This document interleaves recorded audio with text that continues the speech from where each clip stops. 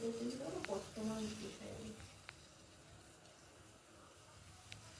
আমি ওদের ওই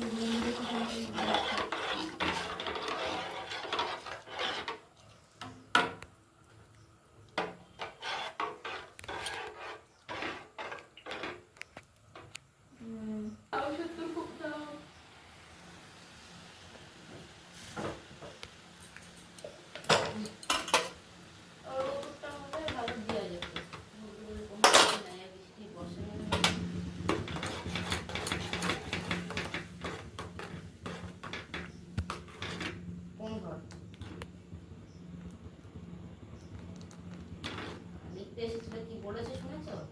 যাদের বাড়ি মানে হয়তো ছেলের বিয়ে হয়েছে, ছেলের বিয়ে ছেলে আলাদা প্রপার্টি হয়েছে, তাহলে ছেলের ঘর আছে, ওই একটা নামে দুটো করে ঘর, সে টাকা রিটার্ন চেয়েছে। আমার তো এখন